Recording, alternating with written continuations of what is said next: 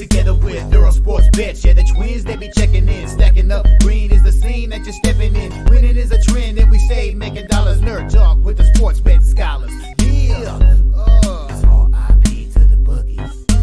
R.I.P. to the bookies. R.I.P. to the bookies. R.I.P. to the bookies.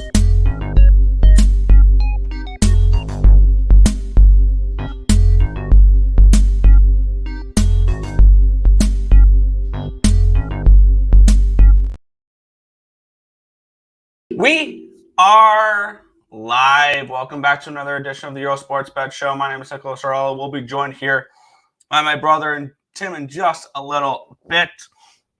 But today we have a full slate of baseball, and it's basically all baseball today. We got one game in the NHL, no NBA.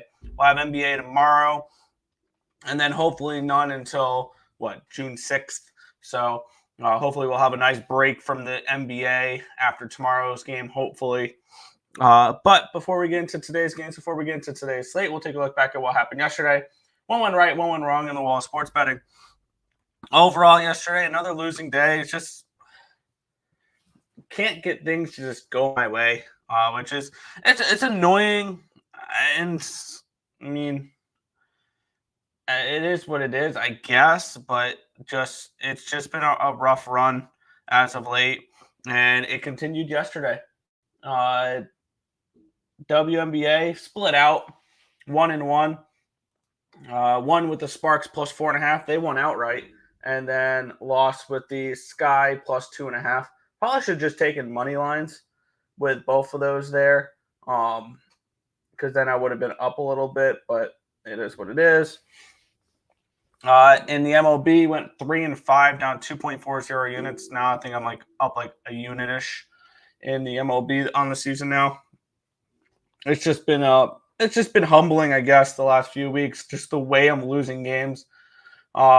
Mets money line, game one.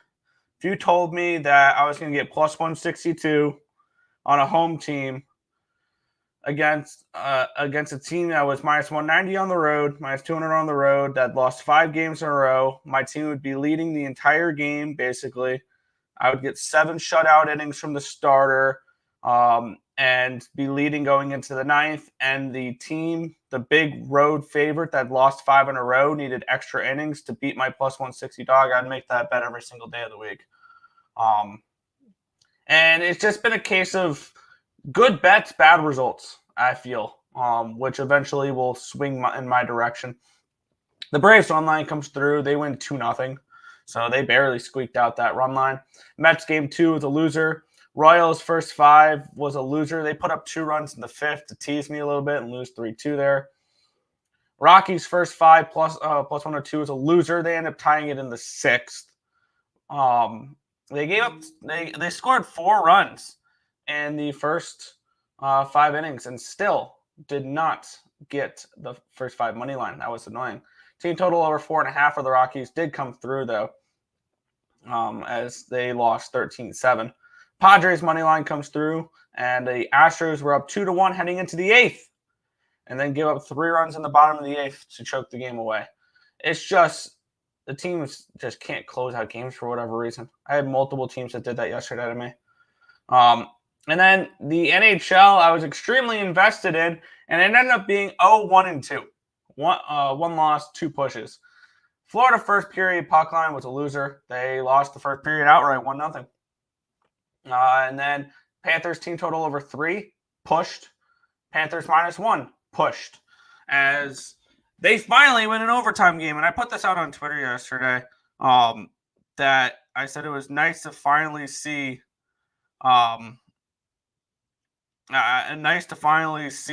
it's so refreshing to see the better team win an overtime for once in this series. And then I came out the stats. They won 52. The Panthers won 52.3% of the faceoffs. They won the shots on goal battle 40-23. The high danger chances 17-6. The scoring chances 44-19, and the expected goals 3.56 to 1.78. So they were the better team. Probably should have cashed the -1 in the team total over, but it happens. They still got the win, and now the series is tied 2-2 heading back to New York. I like the Panthers to take over the series. I do. And I look for the regression to finally hit for the Rangers, because you're not going to win. You're not going to win every game in overtime, and you're not going to win every game getting outplayed every game. It's just not the way it's going to happen. And I definitely will look to back the Florida Panthers in Game 5 as well. Overall, 4-7-2, down 3.5 units. Just an absolutely frustrating month. Hopefully today can be better. I've only made one move for the day, so let's get into it there. What's up? What's up, my guys? Let's get it. Let's cash today. Hit the like button, people. Show some appreciation, subscribe, and share. To me, you know the rest of the same, my dog. Pack in 7, and Boston win it all. No, Timberwolves are not winning in 7. I have the Mavericks plus 150 to win the series. I'll probably add some Mavericks money line for Game 5. But yeah, there you go. In 5 versus whoever. I think the Mavericks are alive to win that series, personally. Boots on the ground, Twins never in doubt. Yep. Hit a baseball parlay. Surprisingly, Cleveland Braves run line to the Mariners. Yep. Finally had a decent down day, minus $180, but gain of a $100 bonus bet, 23 and 4 last 27 days. There you go. Simone, Richie, Richardson to record a win. Byron Buxton. There you go. Losing money is never a good bet. We all know the Mets are trash and no reason to bet them. Dodgers won both games easy. First of all, I wholeheartedly disagree with this. Because you can make the right bet and it not win. That's just and part of sports betting is luck. Because I felt my handicap was correct on that game, the first game. And the Dodgers did not deserve to be minus 190, minus 200 favorites on the road in that game. And win both games easy. The Dodgers needed extra innings. The Dodgers needed the Mets to not be able to turn not 1, not 2, but 3 double plays in the 8th inning. The Dodgers got lucky that game was tied and had the opportunity to win that game in extra innings. Win easy is bullshit. You know it, I know it. If you actually watch that game, the Dodgers did not win that first game easy.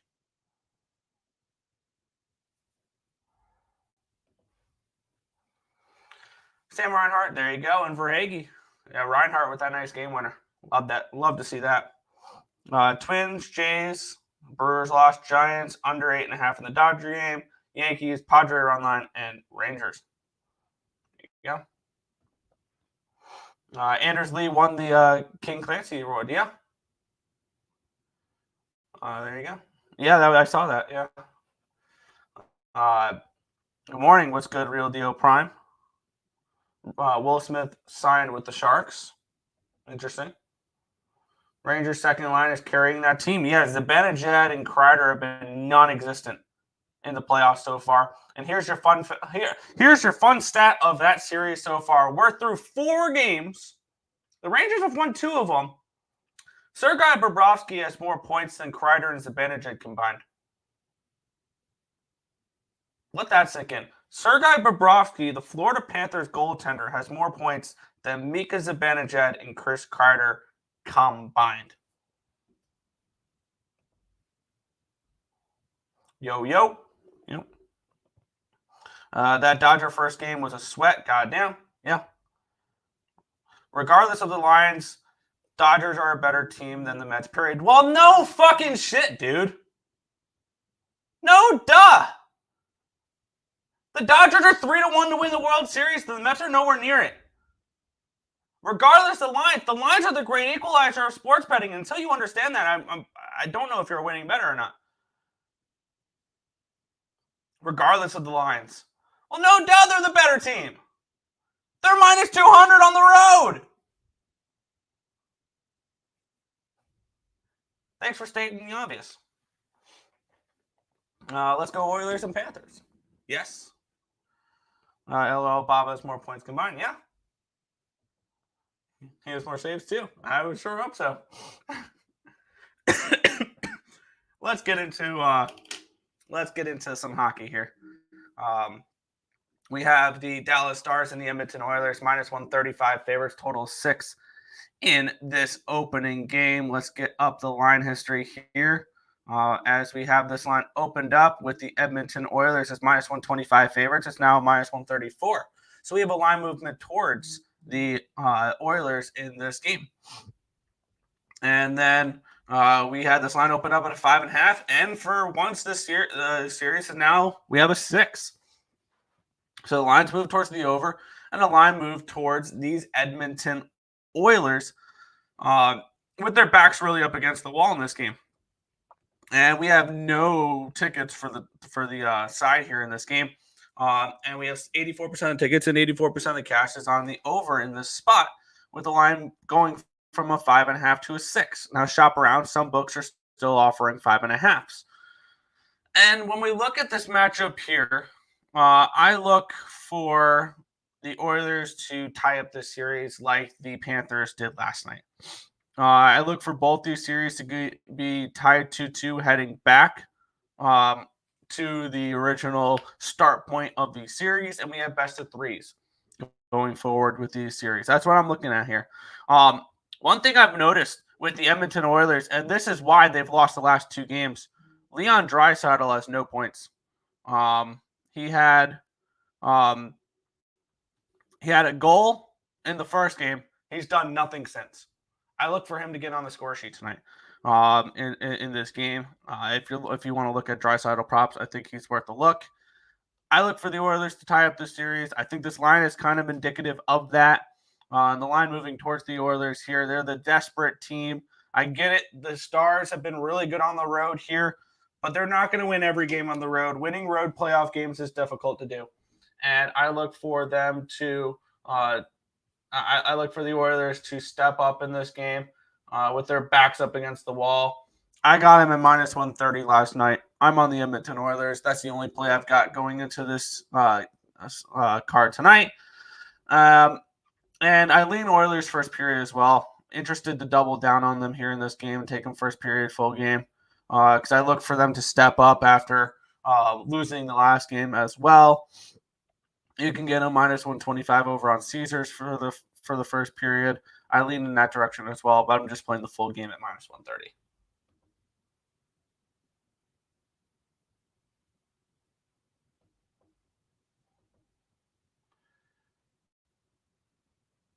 There we go. Love the flip out on the Dodgers being the better team. I mean, yeah. And this is why there's handicaps to the game. And this is why we have lines. It's because teams are better than the other teams. That's just the way it is. Teams are better than other teams, which is why we have lines, which is why we have spreads. Because if you made it a pick 'em, no duh, everybody's going to bet the one side. And just because they're the better team doesn't mean they win every single time. We see plenty of underdogs come through. So, and my point is, don't bet the Mets when they are playing the Dodgers, plain and simple. Well, if you use that idea and ideology so far this season, you're probably losing money because the Mets are 3-3 versus the Dodgers this year, and all 3 of their wins were as big dogs. Or no, they're 2-3, but they're all their what do you call it? Their wins, whereas $1.70 and $2 dogs. So you're probably profitable betting the Mets every game against the Dodgers this year.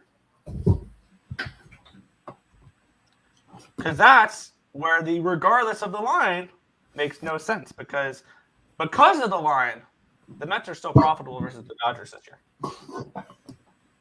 Where that was funny. Yeah. All right, let's move on from the Mets conversation. Yeah. Evander Kane over 2.5 shots. I could see it. Draisaitl over 1.5 points. Yeah, I look for him to get on the score sheet here tonight. I don't see him not scoring 3 games in a row. That's not how it works, Josh. Sometimes pricing makes it worth it when it is guaranteed the Dodgers will lose some games this year. I'm guessing you're new. No offense. When people don't understand lines, then yeah, I get it. Draisaitl over points. Make Jesus over points. I would definitely look at both those. Bouchard over 2.5 shots and an assist. Stars to win in regulation. No. Where's little bro? Tim just got here. There you go. Stars to win the series plus 232. I got plus 115 pre-series with the Oilers to win it. Yeah, where's the there? He's here. Oilers team total over. Yeah, I could see it. Yo, what's good, Joe Kryptonite? You're missing my point, but moving on. No, I fully understand your point. Your point is wrong. Beyond that, we'll move on. Mercury money line plus 700 versus the Liberty. Yeah, good luck. Pretty sure the Brew Crew / Cubs game was 1-1 going into the 10th and ended 6-2. What happened? They scored runs in extra innings. This is why I don't bet full game unders. It's because of bullshit like this, where it was 1-1 heading into the 10th inning, and the game went over the total. Yeah. Over 5.5. Yeah, we're starting to see some 6 there. Let's get Aces minus 1.5 versus the Lynx. Yes. Fair. Now Nick gets the last laugh. I hope so. Well, by the way, Joe said Mercury money line. I could see it. Yeah. Because by the way, also, I'm betting the Mets money line today. There you go. I'm betting the Mets money line. I'm also trying to prove a point this year that over 162 games, betting against the Dodgers every game is profitable. So we'll head into baseball here, Tim. And I was kind of interested in looking at something this morning. And on Fangraphs, and this is just going to be a little, before we break down the baseball card, I want to see if you can think of these. There's 3 teams that fit this criteria, where if you go on Fangraphs, they have projections, and they'll tell you their projection that, the Dodgers will win the World Series 19.5% time, 19.5%. Mm-hmm. I wrote down all the percentages and then what their projected odds should be and what their odds on DraftKings Sportsbook are and if there's value on them. I tossed out all the teams to have less than a 1% chance because when I put it in the betting odds calculator, it wouldn't give me a number and it would be over 100-1, and we're not looking at those teams. No. So that would eliminate the Red Sox, the Tigers, the White Sox, the Angels, the Athletics, the Rangers, the Mets, the Nationals, the Marlins, the Reds, the Pirates, and the Rockies.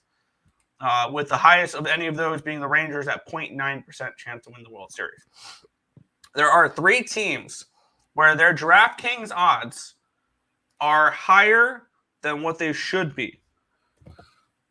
One of them is 25-1. One of them is 50-1, and one of them is 60-1. And there's significant value on one of them to a point where I might be a little bit interested in maybe buying into a little bit of this team. Well, considering that you're talking about this before talking about this game, I'm guessing it's neither of these games. Neither of these teams. I was gonna say I think the Tigers might be involved, but I guess no. It was just I wanted to bring this up before the baseball segment. Which one? Sorry, which one was the better value on DK then? There's 3. One's 25-1, one's 50-1, one's 60-1. Something tells me Kansas City's involved. Kansas City is nuts. Fangraphs has them at 2.4%, which is around 40 to 41-1, and they're 25-1. They're actually on the lower. I'm not going to know this off the top of my head, so you can go ahead. The American League One, Fangraphs has the Minnesota Twins projected as around 16-1. They're 25-1. Okay. The National League ones, the Giants are projected at 5160, around 5100 to 5200. You can get them at 60-1. The biggest edge, according to Fangraphs, if you were to go and bet a World Series winner, are the San Diego Padres, 50-1. They have them projected at 29-1. That's fair. Okay, that makes sense. I just thought that was interesting, and I should have looked to see which one was the most overrated team or the least, the lowest, the biggest negative EV, and it looks like it may be the Guardians.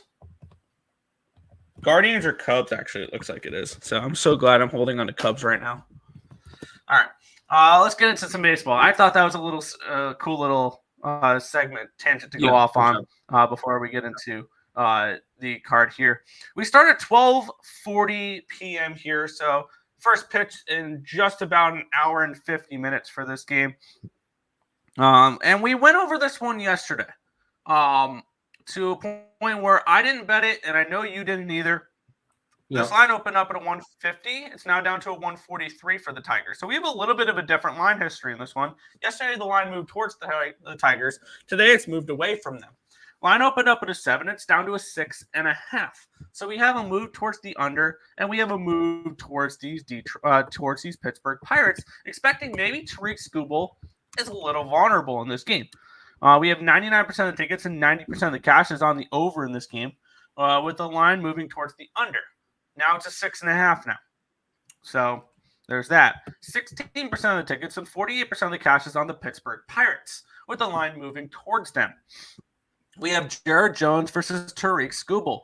Jones, 3.3 ERA, 1.10 whip, 8.7 strikeouts per 9, which is 24%, 1.8 walks per 9 at 278 BABIP, but 3.96 FIP and a 3.45 SIERA.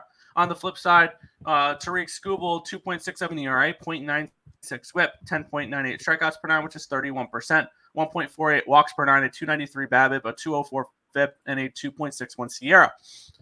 The bullpens are kind of a toss-up here. The Tigers, hitting-wise, have been, I think, better than we expected. We brought this up yesterday, 116 WRC+, which is 6th against righties compared to 100, which is 14th for the Pirates. Now, yesterday, I was leading Tigers just the way the market was moving in this for that game. It's a flip now. I can only look Pirates here, and I'm actually interested in taking the Pirates early in this game. Now, fading Tariq Skubal is not a fun idea in my head, and I have a feeling this could be one of those games where it is so low variance that the first 5 plus a half and the first 5 under 3.5 both cash. And I can see both these pitchers absolutely shoving through this game, but we've seen this before. I want to see the way this first 5 line movement opened up, because if it opened up at a 4 and it's gone down to a 3.5, I want nothing to do with an under in this game, because we've seen this plenty of times. It opened up at a 3.5. It's still a 3.5 there on Bet Online. Let's just see what it's done here on South Point, and 3.5 is okay. So not maybe a couple books opened this up at a 4, but this being a 6.5 now for the full game total is kind of interesting. I would only look Pittsburgh Pirates, and I think I want to move on the Pirates here early in this game. First 5, I can get plus 130 on BetMGM for the Pirates first 5. I'm going to move on that. Actually, I think I might get plus 135 on Bet365. I'm going to have the same play as I did yesterday. Actually, I did have a play on this one yesterday, Nick. I took the over. Now this is going to be, we'll say this is going to be a doubleheader today. And if you're a Pittsburgh Pirates fan, today's the day to watch the Pirates. You know what? And you know what I'm going to end up doing? Let's take the Pirates both games. Let's take the Pittsburgh Pirates in both games of the doubleheader. You would have to run line them the first game, but there'll be plus money the second game with Paul Sneads on the mound. Well, you don't have to line them the first game. They're plus 130.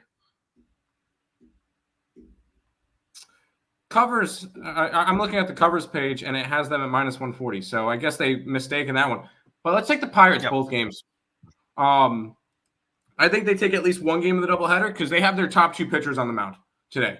So when it comes to doubleheaders, I either bet both games the exact same way or I don't bet them at all. Give me the Pittsburgh Pirates game 1 with Jared Jones on the mound. Give me the Pittsburgh Pirates game 2 with Paul Sneads on the mound. And I kind of want to take the over in the first game still too. But Pittsburgh Pirates, both games. The over is interesting in this game. It's one of those because Jared Jones and Tariq Skubal, it's like the most obvious under game that it's an over to me. I think if you like the over in this game, this is going to sound and this is actually where I would look to bet an over in this game. I'm not interested in the over in this game, but if I were to bet it, it would be one way and one way only. And let me get up what the exact number would it be for this one. Of course, yeah, you can get Pittsburgh team total over at like 3 at like minus 110, or it's like 145, 150 range All for right. a 2.5. The lines are a little bit funky, so I'm trying to put it up on the site. First game, I got plus 132. Cool. Second game, they're minus 133. Pittsburgh. Yeah. Because we So do we know who's pitching for the Tigers the second game? No, I have but undecided. I don't really care. I'm taking Pittsburgh run line the second game, plus 125.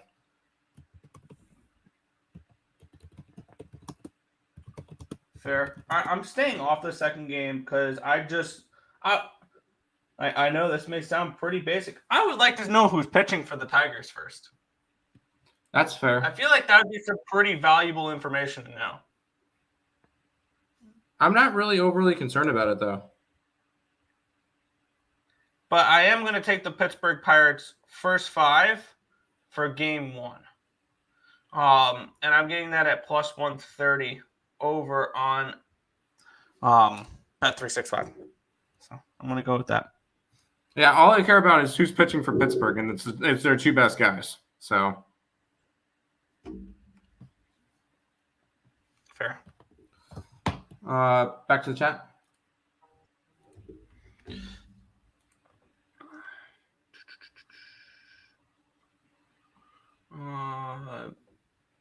I'm still betting Oakland every game like last season. How am I looking? A little bit better this year. A wee bit better this year, but not that much better this year. No, let's go look at covers real quick. Money. You are down about a unit. Nick, who's the most profitable team in baseball? You are asking, so probably the Orioles. They are not. They are 6th. 7th. They are 7th. It's the Cleveland Guardians. It is the Cleveland Guardians. You're up 16 units betting the Cleveland Guardians every day. Top 5 is Cleveland, Yankees, Royals, Nationals, Brewers. Then the Phillies, and then Baltimore. So there you go. And then all those teams have at least 5 units up. And then the next team is Seattle, who's up less than a unit. And then you scroll all the way down, the Chicago White Sox are negative 17.4. In theory, we probably should have faded the White Sox every single game. That would have been a smart idea. But yeah. My question sorry, hold on. What is their record on the run line? I was going to say, what about their run line record? 23 and 33 on the run line. So it's not terrible. There might be there might be value on fading them every game. The only problem is that would conflict with my minus 300 theory because they've been a minus 300 fade a few times. That they have. Keep going. Yeah. Morning, Untouchable. Very midday yesterday. Mavericks, Panthers, Orioles, Braves, and under. Yeah. At least the Braves came through. That was one of the ones I needed there. Yeah. Just did double Nerfy for plus money. Nerfy in both games. I can see that with this game. This game also has a feeling that the Nerfy can hit at a really big plus price tag.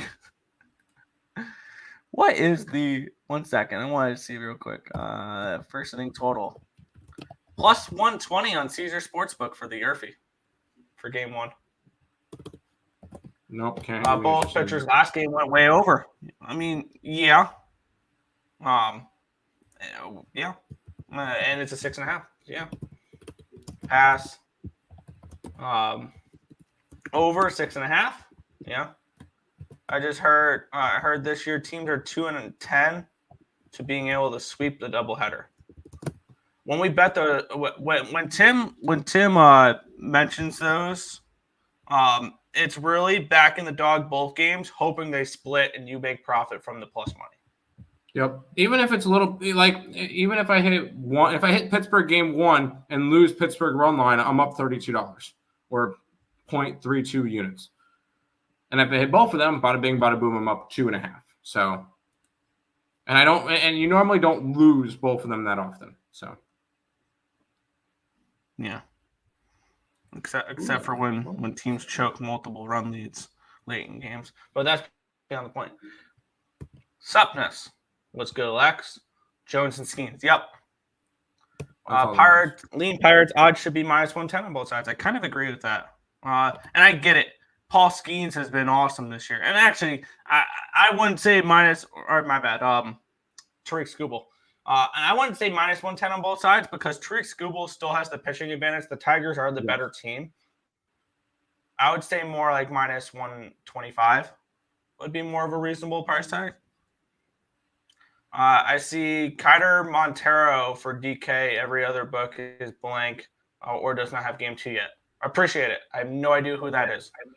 We do have a debut of a pitcher on this slate. It's not in this game, but we do have. Yeah, Spencer Schwellenbach. Yeah.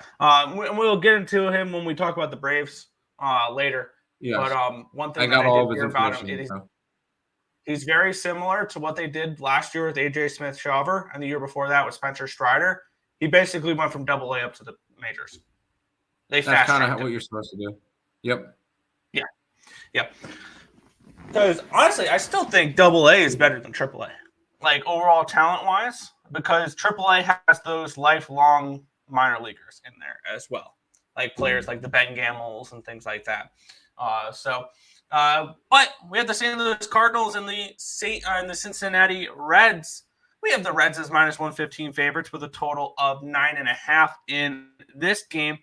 The Cardinals winning yesterday. Cardinals have been playing some pretty good baseball as of late. They swept the Orioles. They swept the Cubbies in 2 games. They've split the first 2 games here at Cincinnati, who are coming off of a sweep against the Dodgers. Both these teams are playing some pretty decent baseball right now. Let's get into the line history here between Frankie Montas and Andre Palante in this matchup here. We had this line opening up with the Cardinals, with the Reds as -120 favorites. It is now a -125. It is now a -120. And the line opened up at a 9 at -115 is now 9.5 -115 is now 9.5 at -105. So a slight move towards the under here. And a move towards the Cardinals with 32% of tickets and 49% of the cash coming in on these St. Louis Cardinals. So once again, we have sharp money coming in on the underdog in this game, just like we did with game 1 with the Pittsburgh Pirates. 52% of the tickets and 54% of the cash is on these Cardinals in this game, or on the over in this one as well. This is the first we're seeing of Andre Palante, I want to say this year, or nope, he pitched earlier in the year. And it's a bullpen game for the Cardinals. This is a bullpen game for the Cardinals, which when you're breaking down this game, I'm going to look at what their bullpen usage looks like because I'm very interested in St. Louis in this game still. On the flip side, Frankie Montas has not been particularly good. A 4.98 ERA, a 1.38 WHIP the last 30 days, 5.82 strikeouts per 9, which is 14%, 2.49 walks per 9, a 292 BABIP, a 4.88 FIP, and a 4.89 Sierra. Bullpen edge does go towards the Reds in this game. Hitting edge is a pretty significant one, though, towards the Cardinals, who are smashing right-handed pitching right now. 123 WRC plus the last 30 days. They're number 2 in baseball. The Cardinals are hitting the baseball really well right now. And on the flip side, we're looking at the Reds, who against righties are dead last right now. They've not been good whatsoever against right-handed pitching here. I think this is a pretty nice edge towards the St. Louis Cardinals. And the question is, do you want them first 5 or full game? I'm going to look at the RotoWire bullpen usage. And I'm going to see who the Cardinals will have available for the bullpen day today. Or actually, I want to see real quick if this is a primary coming in for the Cardinals here as well. So I'm gonna look up a couple things real quick. I'll let you break down this game. My initial lean is towards the St. Louis Cardinals on this one. I'm not interested in the side, but I may or may not be putting a couple of dollars in for some player props because one of the hottest hitters in baseball right now is a guy named Alec Burleson, and I'm taking them. Oh, nice. Small bets, tiny bets each. Over 1.5 bases, plus 125. An RBI, plus 145. Ladder the RBI is up to 3 at 550 for 2 and 1,500 for 3. And you know what? It wouldn't be right if I didn't add a homer in there at plus 550. Now, these are $5 bets each. That's it. So I'm not going crazy with these. I just wanted to have a little bit of action in the early game. Although I have Pittsburgh, I wanted to take a shot with some player prop action in this game. So shout out to Alec Biscuit Burleson today. He's going to have himself a day. Let's get it. Looking at the bullpens for the Cardinals here, the only two I think will not be available are John King and Ryan Fernandez, who threw 28 and 20 pitches. They should have Kyle Leahy available, who hasn't pitched since Monday. Kittredge hasn't pitched since Sunday. Ryan Hesley hasn't pitched since Sunday. Probably Matthew Liberatore will be available, and JoJo Romano will be available as well. So they're a pretty fresh bullpen, minus John King and Ryan Fernandez. On the flip side, the Cincinnati Reds, I want to see what their bullpen looks like here as well, because I am interested in the Cardinals. I just need to decide whether or not I'm taking them first 5 or full game. Nick Martinez pitched 64 pitches on Sunday. Buck Farmer threw 27 yesterday. Suter pitched 10, and Alex Young pitched 17. They will have Sam Moll, Lucas Sims, Alexis Diaz, Fernando Cruz available for this one. As they had yesterday off. I'm going to move on the Cardinals, and I'm going to take them full game. I'm going to take the Cardinals full game in this one here. I'm getting plus 110. I like the way the Cardinals have been playing as of late. I think I've been higher on the Cardinals. My bad. I know I've been higher on the Cardinals than you have been, Tim. Yes, I'm also not very high on this Reds team. Even though this Reds team is coming in off of a sweep against the Dodgers. This is, and they made me money the last week or so. I'm going to be on the Cardinals here. So running out some early action here for the 2 early games, both dogs. Pirates first 5, and then the Cardinals full game. Screw it. I'll take the Cardinals with you. Cardinals money line plus 110. I'll jump on it. I have a big game for Burleson, so let's do it. I like it. I need a Burleson jersey. Yes, I do. Maybe he goes and if he wins all my props, I go get a jersey.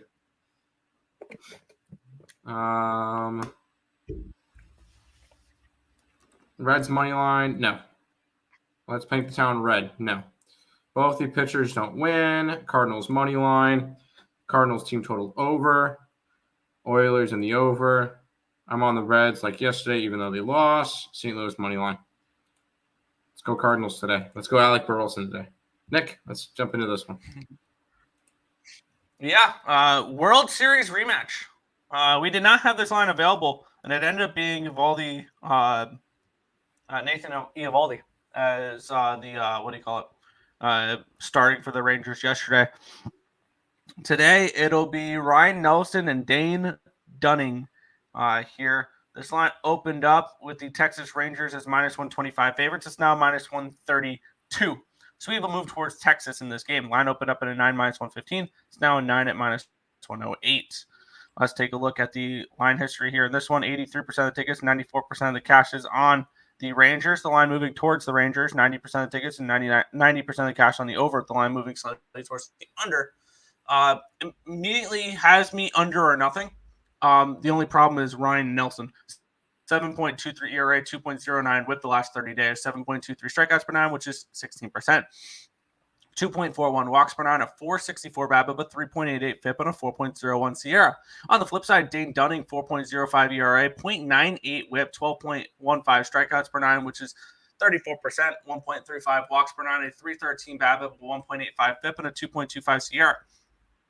Bullpen edge going towards the towards the Arizona Diamondbacks in this game. Hitting edge, basically a coin toss. 1 WRC plus edge towards the Rangers, 100 WRC plus, which is 12th, compared to the Diamondbacks, which is 99, which is 13th. Two teams I predicted were going to miss the playoffs this year after making the World Series last year. I have no interest in this game whatsoever. I guess I lean Rangers if I had to bet this game, if anything, because I have no faith in Ryan Nelson, but that would involve me putting money on Dane Dunning, which I do project for some pretty positive regression. And maybe this is just a Rangers first 5, because I don't like the bullpen for the Texas Rangers. That being said, though, I think they have a decent pitching edge with Dane Dunning over Ryan Nelson, and the Bucks agree. They're minus 140 for the first 5, the Rangers. I'm just going to keep it as a lean, though. Rangers first 5 would be my lean in this game if I had to bet anything. No real need to get involved in this one.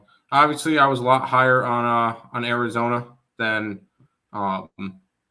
Texas. I had Arizona futures, so it would be a lean towards Arizona and plus money for me. Dane Dunning has not been particularly good for the Texas Rangers this year, allowing 20 earned runs in 40 innings, which I guess that's about his standard. Never mind. These are just two teams that are, hey, they had really nice runs last year and then just haven't done it. And keep in mind, Reese Nelson, the last time, his name is Reese Nelson. Ryan Nelson.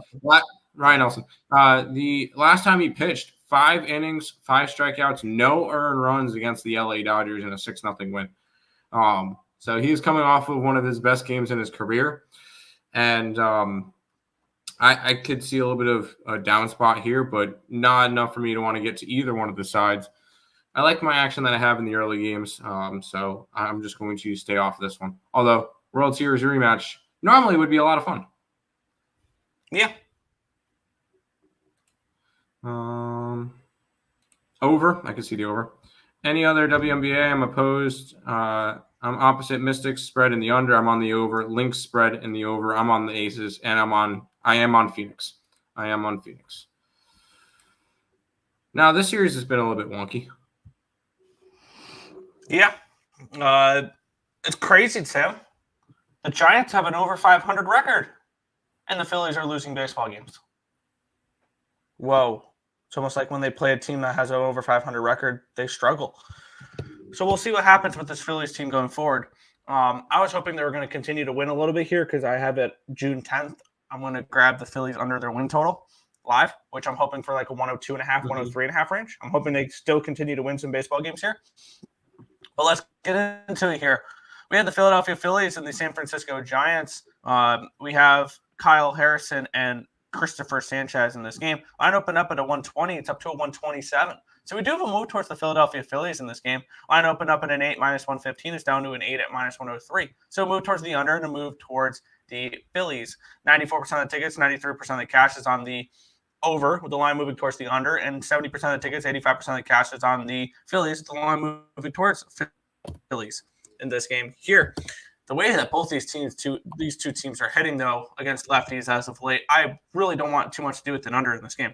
Christopher Sanchez, a 3.3 ERA, 1.43 WHIP, 6.3 strikeouts per 9, which is 17%, 2.4 walks per 9, a 3.54 BABIP, about 2.96 FIP, and a 3.73 SIERA. On the flip side, we have Kyle Harrison, 2.67 ERA, 1.37 WHIP, 8 strikeouts per 9, which is 20%. 5.33 walks per 9 at 260 BABIP, a 4.42 FIP, and a 4.97 SIERA. Bullpen edge goes towards the Philadelphia Phillies. Hitting edge towards the Giants in this game. 124 WRC plus, which is 7th against lefties compared to the Phillies, 117, which is 8th. So both these teams are smashing left-handed pitching. With the line moving down, with the money coming on the over, though, it's going to keep me off this over. I can see both these pitchers pitching well, though. And I could see the Phillies avoiding a sweep in this game. I guess it'd be Phillies or nothing, but I don't like how public the Phillies are. I mean, 70% of the tickets, 85% of the cash. At least the market's respecting them a little bit, putting them from a 120 to a 127. I was hoping that with this type of numbers, they'd be in the 130s by now. So it's Phillies or nothing, but I'm fine sitting on the sidelines for this game. Yeah, I'm going to be sitting on the sidelines too. I was on the Phillies the first 2 games of this series, and now I just don't feel the need to try to get to them one more time. Although Christopher Sanchez has been nice. He's been nice to the pockets because let's see, he's won 3 out of his last 4 starts. After starting off 1-5, he's won 3 out of his last 4 starts. Obviously, did not win the extra inning game. well, his last 3 games have gone to extra innings. So they lost to the Colorado Rockies the last time he pitched, which was not his fault because he allowed 1 earned run in 7 innings. So he's been solid, or 6 innings, but he's been solid. It's a lean towards the Phillies, but not really enough for me to want to hop on it. Phillies trying to avoid a sweep, and I believe this is the last game of a road trip because they head back to St. Louis after today. It's a getaway day for a couple teams. Yeah.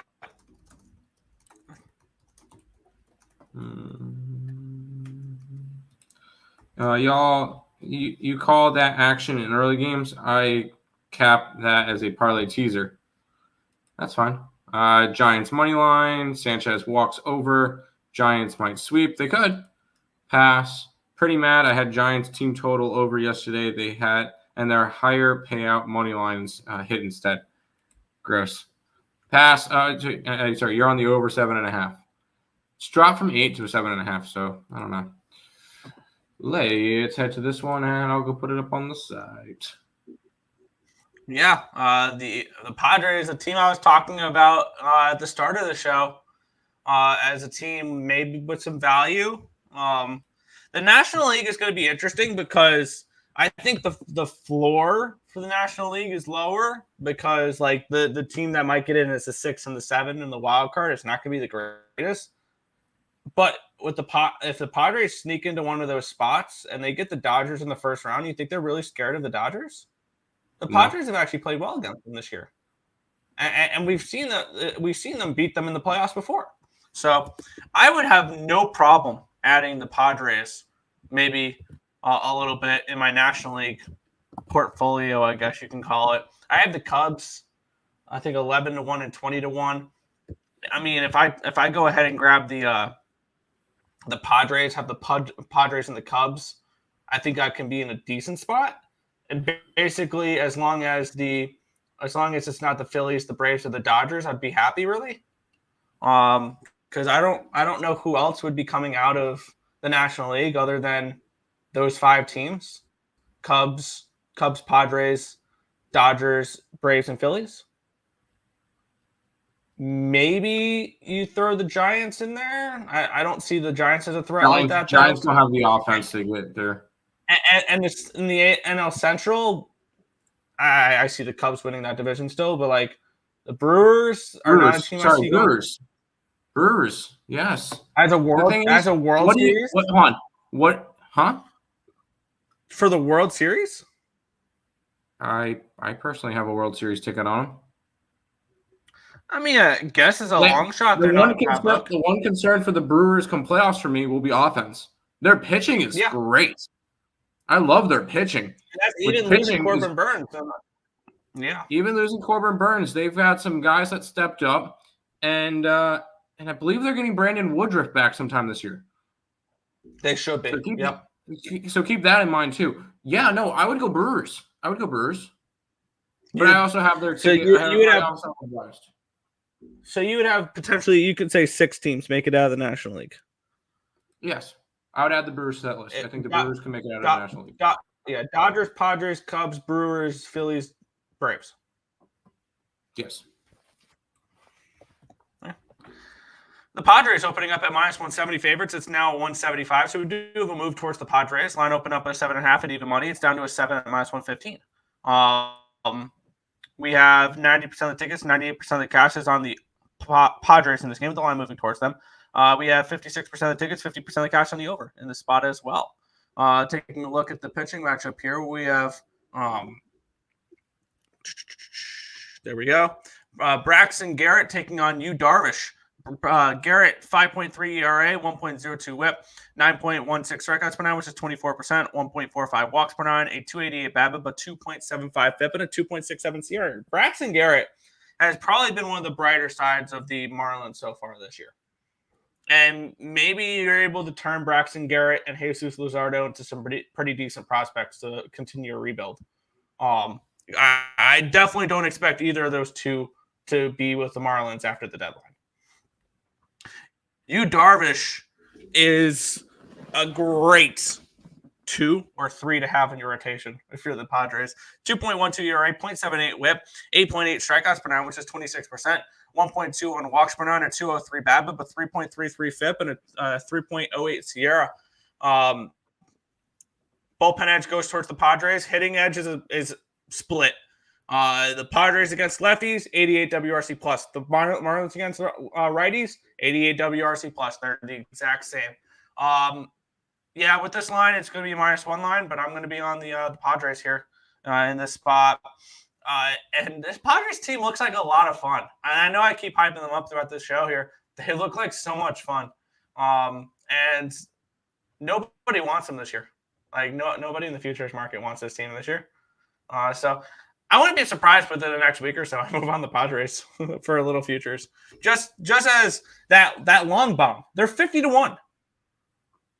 A team that can beat the Dodgers in the playoffs, that has the rotation to do it. And they're doing all this. They're one game over 500, and Xander Bogaerts has been hurt. They're not playing all – I mean, Hong-Sung Kim is not playing as well this year. And they're a team that can easily slip into a wild card spot. I'm on the Padres -1 here. I like this Padres team. And it'll be -124 for the Padres -1 over on Bet365. I'd just go run line at +125. Yep. Continuing to fade the fish. I don't care if we're stubborn. They are still the second least profitable team in baseball. According to covers, if you bet them every single game, you're down 13.49 units. Now, I need to do the math on what we are with them, but I still think we're up a solid chunk of money. So we're going to keep on fading them, especially with Braxton Garrett, especially with Yu Darvish. Could this be a cash cow, Nick? Not yet. Okay. It's getting up to the 180, so kind of, yeah. Okay. And keep in mind, Yu Darvish is coming off of the worst start of the season so far for him. 7 earned runs, 9 hits, 5 2/3 against the Yankees. So there's a big bounce back spot for Yu Darvish. Sign me up. Yeah, I like it. I like it. I'm getting -124, Padres -1. That's a I think a very reasonable price for them here. The comment every single day from Untouchable, Marlins, Nerfy, and whoever they play money line. As a rule, do you guys not bet Nerfies and Yerfies based on principle? We don't cap that. It's just not something that we cap. It'll be something that we look for from time to time as like a degenerate type play for a little bit of fun and early in a baseball game. But with the amount of action that we normally have, we don't feel the need that we have to go and bet Nerfies. Just like the same as I don't feel like I need to go and bet player props that often. Because most of the time, right now, or let's say betting this weekend, I'll have MLB, we'll have NHL playoffs, we'll have NBA playoffs still, even if it's one game. We'll have college baseball. I got WNBA. I just don't feel like I need to get to. There's IEM Dallas right now in Counter-Strike, so I don't feel like I need to get to Nerfies and Yerfies. So maybe if it gets slower, fine. When it's just WNBA and MLB, maybe I might look towards Nerfies or team totals or whatever it may be. But right now, I'm just keeping my capping straightforward and simple, and it's what's been doing okay for us. I think one quick comment for me on that one there is it's pretty simple. If you want to know what my lean is for it, if I lean under or I bet the under, I like the Nerfy. If I lean over or bet the over, I like the Yerfy. In my head, if I'm betting the first 5 under, I'm expecting 0-0 at the end of the 5th. If I bet an over, I'm expecting it to be over by the 3rd inning. Like when I bet stuff like that, or if I have leans and things along those lines, I bet something. I don't bet it expecting to win it in the last inning. I bet it with intentions that it'll be a no sweat type of thing. Within reason, dogs I expect sweating. When I bet underdogs, I expect to sweat. So, yeah, when it comes to totals, if I like an under, I would advocate for a Nerfy. If I like an over, I would advocate for a Yerfy. There you go. Padres run line, yes. What site was it that you can check how much run lines are cashing on the year? I know Trap is willing to lay -170 on running line. I am never going to give you a -170. I promise you that. I will never give you one. I promise I will never give you on a money line anything more than a minus 150, because it doesn't take a rocket scientist to tell you that a minus 150 favorite or minus 160 or minus 200 favorite is going to win. It doesn't take a rocket scientist for that. If the price is more than minus 150, even more than minus 140 for me. The only time I lay more than minus 140, minus 150 is for team totals. And I did that it's more team totals in the NHL. If I can get a 2.5 when I think the number should be a 3.5, or a 1.5 when I think the number should be a 2.5, I'll lay a little bit bigger juice. Other than that, I'm not going to lay those type of numbers. It doesn't take a rocket scientist to tell you that a minus 150 should win. And I'll tell you, I know you mentioned one guy. If you ever buy plays from somebody and they give you a minus 155 or bigger, I would demand a refund. That's not capping. That's just giving out a big favorite. So just keep that in mind. If anybody's giving you anything over 150, move on to somebody else. Trust me, you'll make more money not betting the minus 150 pluses. There you go. This game is too unpredictable. There you go. Of course. Stop, Gio. All right, Nick. I'm going to pass on this game before we even jumping into it, because I'm not dealing with this game. Although we are seeing a season debut. Yeah. And by some people's logics, you should never bet the Mets in this game because they're the worst team. So, even though the markets are telling you the Mets are very live in this game, let's get into it. It's a pick 'em. We have the LA Dodgers and the New York Mets. We have James Paxton taking on David Peterson. This line, and by the way, here's your friendly reminder that James Paxton's still in the MLB. All right, there you go. I have to say that every single 5 days because I keep forgetting James Paxton's a major league pitcher still, until I see he pops up with the Dodgers out of nowhere. This line opened up with the Dodgers at minus 140. It's now a minus 106. The line is plummeted towards the Mets. Line opened up at an 8.5 minus 115. It's now an 8.5 minus 122. Move towards the over here as well. We have 75% of the tickets and 95% of the cash is on the Dodgers, but yet this line's moving towards the Mets. The books do not care about that Dodger money. They are not scared about it whatsoever. 79% of the tickets and 80% of the cash is on the over as well in this game. You guys know where I'm going for this game. Let's get into it, though. David Peterson making his first start of the year, right? Yes. Is this his first start of the year? I would like.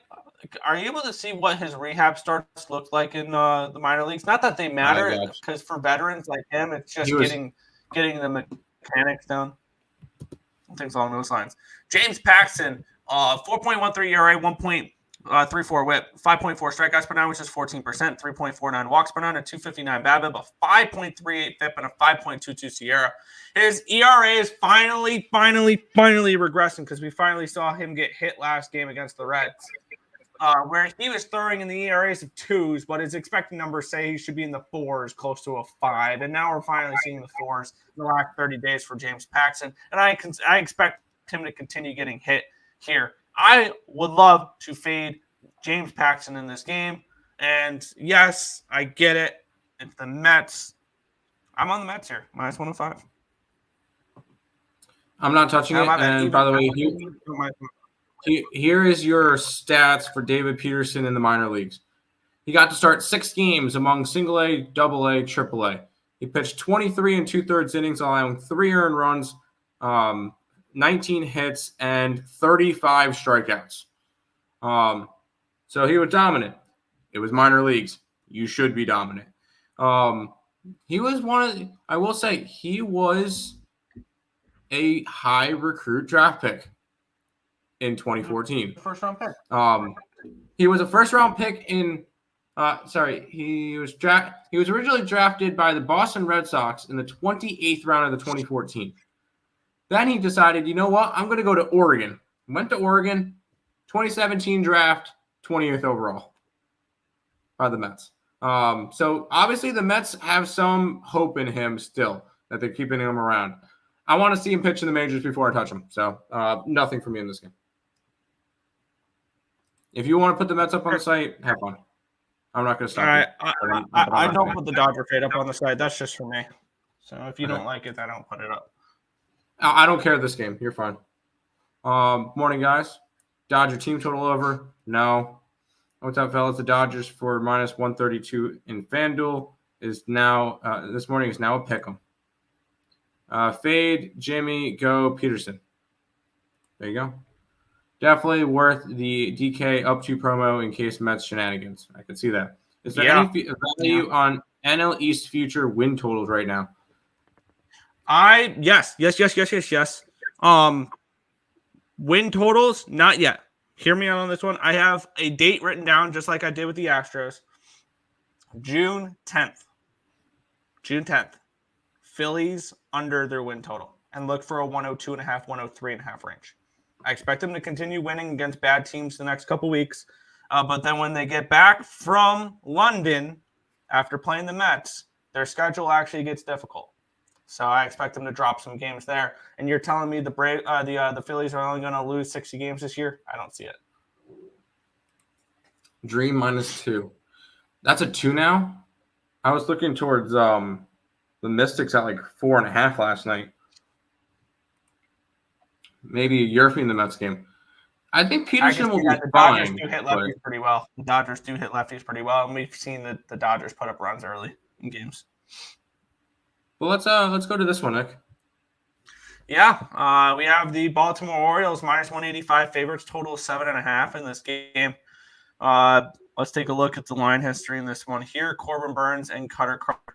Your pitching matchup here. Line open up with the Orioles is minus 180. It's up to 185. So we do have a move towards the Orioles. Line opened up at a minus 105 for the 8. It's now a 7.5. So we do have a move towards the under here in this one. We have 81% of the tickets and 65% of the cash is on the Orioles. So the public on the Orioles, the line moving towards the Orioles, we're up in this 185, 190 range. On 95% of the tickets, 93% of the cash is on the over as well. The line moving towards the under in this game. Corbin Burnes and Cutter Crawford. Cutter Crawford, 4.66 ERA, 1.31 WHIP, 8.38 strikeouts per nine, which is 22%, 2.79 walks per nine, a 3.05 BABIP, a 4.09 FIP, and a 4.16 SIERA. On the flip side, Corbin Burnes, he's been good. 2.67 ERA, 1.22 WHIP, 9.2 strikeouts per nine, which is 25%, 3.67 walks per nine, a 3.25 BABIP, a 2.40 FIP, and a 3.14 SIERA. Bullpen edge does go towards the Red Sox here, and the hitting edge does go towards the Red Sox here. 95 WRC plus, which is 19th, compared to 87, which is 23rd. Usually, I would just like to say, okay, the Baltimore Orioles look like a cash cow. I'll take a full game run line here. What makes me nervous with the Orioles in this game is their bullpen's been bad. I think I'm going to split this up first 5 in full game. I think I'm going to take them both. Because I could see this game where the Orioles win the first 5, but then that bullpen comes in, and then all of a sudden we're sweating. I expect Burnes to shut him down. The Red Sox did win yesterday. But I expect the Orioles to take care of business today. And I'm seeing first 5 minus a half, minus 125 over on BetMGM. And it looks like it's probably going to be a run line play for me because minus 190 plus 110 is probably a little out of range. Minus 138, not something I would like to lay on a minus 1 line. So it looks like it's going to be over on Fanatics. Nope. Bet365. Bet365 full game run line. And then over on BetMGM, first 5 minus a half, minus 125 for the Orioles. I'm going to double down on them here. I don't bet the Orioles often, but this looks like a good spot for them. I bet them every so often. This is going to be the 54th straight game that I bet the Baltimore Orioles. Just this season. I think I bet them, let's see, about 390 games in a row at this point. From the last 2 seasons, pretty much since Adley Rutschman got called up. I've been backing the Orioles pretty much every single game. So I'm going to keep on doing it. If the Orioles are playing, they are on my card. Orioles money line every day, minus 185 for the money line, plus 115 for the run line. They're experiments. I will say I know the money line is ridiculous. But you look at it, the Orioles 34-19 on the money line, you are up 6.05. On the run line, 28-25, you are up 13.45. If you've bet the Orioles every single game, like I have, the way that I've been doing it, you are up 19.5 units on the Baltimore Orioles this year. Let's keep on riding with the Baltimore Orioles. Until they stop making me money, Baltimore every day. Fair. I got the first 5 run line minus 125, and then I'm going to be I'm just moving money around real quick and grabbing them on Fanatics minus 1.5 plus 110. Or plus 115, my bad, plus 115. Here's my Twitter post for the last 54 games. Baltimore bounce back, yes. Nerfy for full game under, full game for full game. First 5 under, full game under Red Sox. No to the Red Sox. Cash cow Orioles, Burns tax. My favorite Orioles starter failed yesterday, so time to back the new guy. Let's do it. Sam, I know you bet the Orioles every game, but what's your analysis about this specific game? Why is it making noise? Okay. There isn't much capping into each of the Oriole games because I know I'm just going to be betting them every single game. But in terms of looking at it, I obviously like Corbin Burns, 19 earned runs in 65 innings this year, 2.6 ERA. The Orioles have won his last 2 starts. They've won 6 out of his last 10 starts, which is not ideal. But the starts that he is starting, in terms of run line, in the 6 wins he has so far this year, in games that he's pitched in, or 7, he's covered the run line in 6 out of the 7. So you look at that, and not to mention the Orioles are coming off of getting blown out 8-3 yesterday. I know it might not seem that big of a blowout, but that game got ugly. After they took the lead in the bottom of the first, it was never competitive. But I think it's a good bounce back spot for the Orioles as well. Yeah, I also use a little bit of. I use Fanatics. Fanatics gave me a 15% boost as well on this one, and it maxed me at $10 on it, but I got a small bet on them at plus 132 on the run line as well. But the official play here is plus 115. Cool. Let's go to this game. Yeah, I remember these were 2 of my favorite teams last year for whatever reason. The Oakland Athletics and the Tampa Bay Rays. We have the Rays up in the 170 range, total of 8 in this game. Let's get into the line history here. We're open up at a 175. It's up to a 177 for the Rays now. Line open up at an 8 minus 110, and it's not moved. Let's take a look at the cash flow in this one. 89% of the tickets and 85% of the cash is on the on the over in this game here. 85% of the tickets, 82% of the cash on the Rays in this game, with the line moving towards the Tampa Bay Rays slightly. We have Joey Estes taking on Ryan Pepiot. Estes, 7.47 ERA, 1.34 whip, 8.62 strikeouts per 9, which is 22%. 2.3 walks per 9, a 3.26 BABIP, a 3.64 FIP, and a 4.45 SIERA. On the flip side, Ryan Pepiot, 4.5 ERA, 1 whip, 9.75 strikeouts per 9, which is 27%. 3.75 walks per 9, a 2.14 BABIP, a 3.79 FIP, and a 3.82 SIERA. Bullpen edge goes towards the Oakland A's, and so does the hitting edge. 119 WRC plus, which is 3rd, compared to 85, which is 24th. I really don't have too much of an interest in this game now. I guess it's an Oakland A's or nothing type of spot for me, just at the number, but they've not been playing nearly as well recently. So this will end up being a stay-off spot for me with the lean towards Oakland. They've at least won 4 out of their last 7 games. But I like Oakland in this game, but it's more of a fade of the Tampa Bay Rays. When you're telling me I have to lay minus 175 or 180, 190, whatever it is, on a team that's lost 6 out of their last 7 games, yeah, no, I'm not doing that. I kind of like Oakland as a big dog here on the road. Oakland's 4-3 their last 7, so they're at least playing okay. And Joey Estes has been. I mean, he had 1 bad game where he allowed 8 earned runs in 3 2/3 to the Oakland Athletics. Other than that, he's been fine. I think he has enough to get the job done, especially against a Tampa Bay offense that's not particularly good. Maybe another look towards an under could be interesting because I don't think either of these teams hit all that well. Maybe an under or Oakland in this one, Nick. I'm probably going to end up pulling the trigger on Oakland. Yeah, the total is definitely under nothing for me. I have no interest in this over whatsoever. But yeah. But you lean towards Oakland? It'd be a lean towards Oakland, yeah. It's definitely. I can only look Oakland at this number and at this market and things along those lines. The only thing that concerns me is Joey Estes, but as you mentioned, he only had one bad start. But I just don't feel like the need to press action right now, especially the way that MLB has gone the last few weeks for me. May really killed my numbers for April in baseball were awesome. May was terrible. So hopefully June is better. But yeah, I'm not trying to force action right now in baseball. That's fair. Athletics money line plus 169, I believe it is. 169. Nice.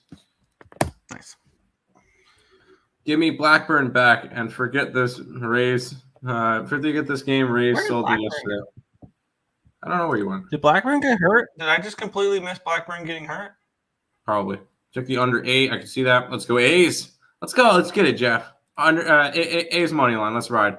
All right, Nick. They finally got a win. Yeah. And now we get to talk about a new guy. Yeah.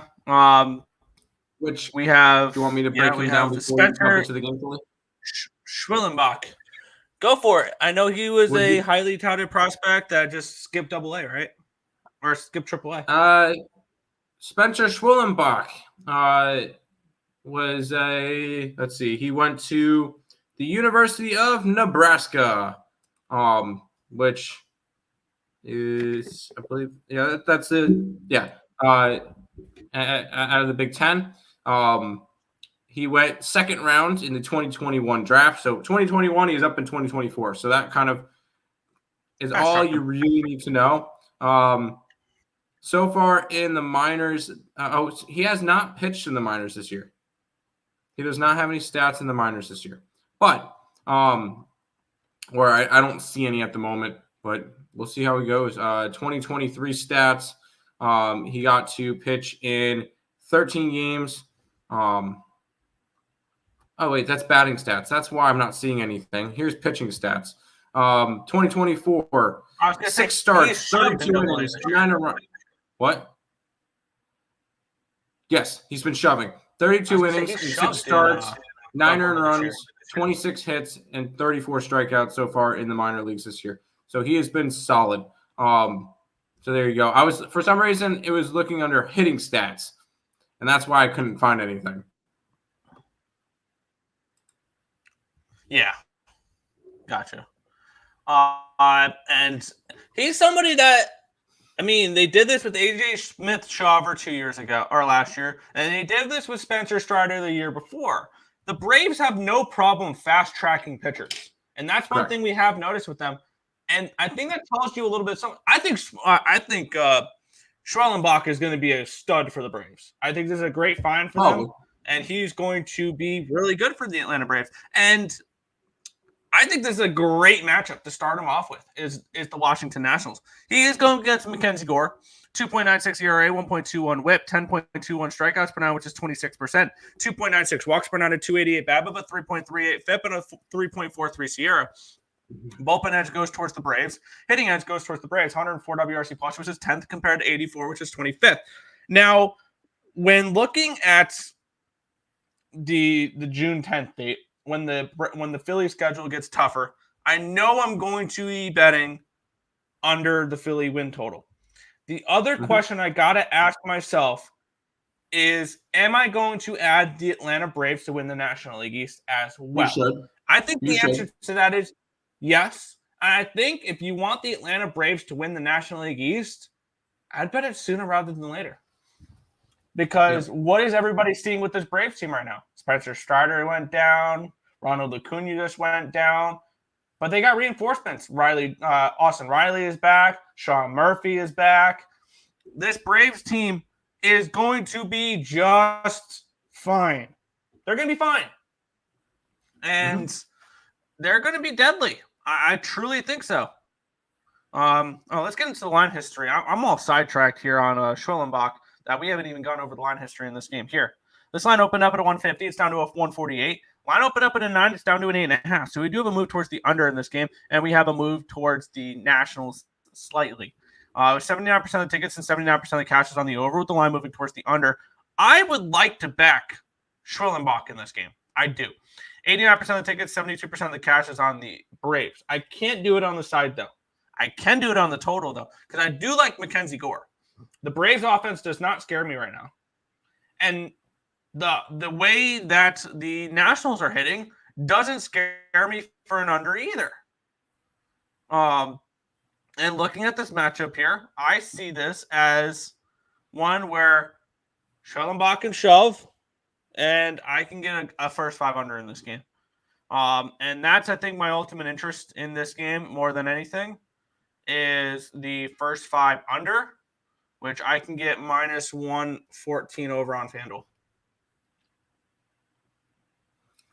I'm not going to get involved in this game, and I just want to see what Schwellenbach has in the majors first. I would like to see him face a MLB lineup before I go and I bet him.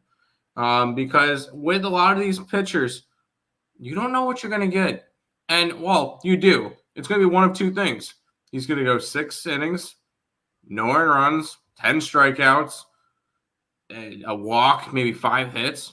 Or he's going to go 1 1/3, 9 earned runs. There's not really a in-between with some of these pitchers making major league debuts, which is the exact reason why I'm not, unless it's a absolute stud that we're expecting to be amazing, I don't know what we're truly going to get out of Spencer Schwellenbach yet. So I'm going to stay off of this one right now. It should be a good indication on where he's at against a national team that he should be able to have a good game against. So I'm going to stay away from this game, but I'm interested to see what Schwellenbach's got. Yeah, they're not offering any player pops on Spencer here. I was maybe looking for his over strikeouts. Oh, I'm going to hold off on this game though. I'm going to pass on this game though. I want to watch Schwellenbach first. I'd like to watch him first. At least see the highlights because we can't watch national games. A's, yes. Took Washington first 5. You don't think Schwellenbach's going to be solid? You could have 2 totally different things. So yeah, Nats team total over. You crackerjack. What's up, Dave in the chat? I know I haven't spoke to you in a while. It's good to see. Good to see you, dude. Braves team total under 2.5 in the first 5. Maybe. Picks from Dave becomes a member of the YouTube channel. Hey, we appreciate that. Welcome to the collection of all the people who get to get all of the plays that we put up on the site, including college baseball, which Friday starts regionals, and we got tickets, Nick. I look like Nick, when you sent me the picture, I looked like a complete idiot the rest of the day. But anyways, of the tickets. But anyways, you get all those plays along with everything that we put up on the site. So all that is up on the community post for membership members. Fine and truly deadly. Do it. Welcome, Picks from Dave. Welcome. Yes, I'm a stranger here, Jeff. Never met these guys. Yeah, exactly. Yeah, we've never met before. It's good to see you. What up, Doe? What up, Doe? Lenny's in the. You know what? Everybody's coming to hang out today. Now, I will say we probably shouldn't. We probably shouldn't tell Lenny that we're on Pittsburgh both games. But Jeff, definitely don't tell Lenny we're on Pittsburgh both games. They're the best 2 guys that I've ever met on here. I'm proud of. Okay, we appreciate that, Jeff. We've worked with Dave for a couple of years now. He knows who we are. He's messing with us. Wow, gonna cash out my over in this game and take the under. Maybe. The stream went to the under. I have my work boot, your work boots jersey on. Your Red Wings. Go Cubs. We're screaming, go Cubs, go. We'll talk about that game next, I think. Tim, did you touch the tickets with your feet? Asking for a friend. No, they're on Nick's phone. But I appreciate it. But no, I did not touch them with my feet. Hey, Nick, are we screaming, go Cubs, go? Oh, boy. I have to go. We're saying go Tigers. We're saying go Tigers. That's what we're gonna say. Yeah, go You gonna Tigers. let yourself in? You have access. Oh, he just left. He just wanted to sit behind the screen and then left. All right, fine then. Wow, Let's talk about the next game, Nick. Oh, wait, okay. Now he's back. Okay, go ahead. Come on. I'm on the under in both games. That's all I got. That's all I got. I'm not gonna lie. I'm sitting back here. I really came in the show to tell Tim that he has a WNBA video today, and then I saw picks from Dave, so I started messing with him. And then you started it talking shit about my Tigers. So what up, Bill? Okay. Yeah, well, I'm here. Well, sounds good, Leonard. I'll do that with you when I get off of here. If there's. By the way, I listened to your last matchup. I like the Nationals on the money line, but it's just because it's that one's just a big question mark to me with the new pitcher. A little half year to play, but I liked your breakdown. So I'm gonna let you guys get back to doing what you do. Holler at Lenny, me. we love you. I just wanted to say Tigers are the best team in baseball. Goodbye. Lenny, we love you. All right. Detroit Lenny, everybody. Detroit Lenny, everybody. Cubs. Yes, what up, Lenny? Let's jump into this Cubs game, Nick. Yeah, this one's got some fun appeal to it, and we get a reasonable price to back Shota Umagana in this game. Let's get into it though. Where we have Bryce Wilson and Shota Umagana in this game here. Line open up at a 120, and it's now to a 142 for the Cubs. So it looks like it's going to be -1 territory if you're looking to back said Chicago Cubs in this game. Line opened up at an 8 and immediately went down to a 7.5. So we move towards the under and a move towards the Cubbies. We have 67% of the tickets, 82% of the cash on the Cubs with the line moving towards them. 86% of the tickets, 84% of the cash is on the over with the line moving towards the under in this game here. We have Shota Umagana versus Bryce Wilson. Umagana has been absolutely insane. 0.69 ERA, nice. 1.04 whip, 10.38 strikeouts per 9, which is 30%, 2.08 walks per 9, 313 BABIP, a 201 FIP, and a 2.94 SIERA. On the flip side, Bryce Wilson, 2.42 ERA, 1.27 whip, 7.96 strikeouts per 9, which is 21%, 4.15 walks per 9, a 261 BABIP, a 4.47 FIP, and a 4.45 SIERA. The bullpen edge goes towards the Cubs. The hitting edge does go towards the Brewers, 104 WRC plus, which is 10th against lefties, compared to the Cubbies 91, which is 21st. I would like to. I'm most likely going to be on the Cubs on the -1 line in this game. I would like to. I'm going to take a look back real quick because the Brewers are hitting lefties not terribly. I would like to see which lefties they have faced, though. Is the thing, and that would be Justin Steele.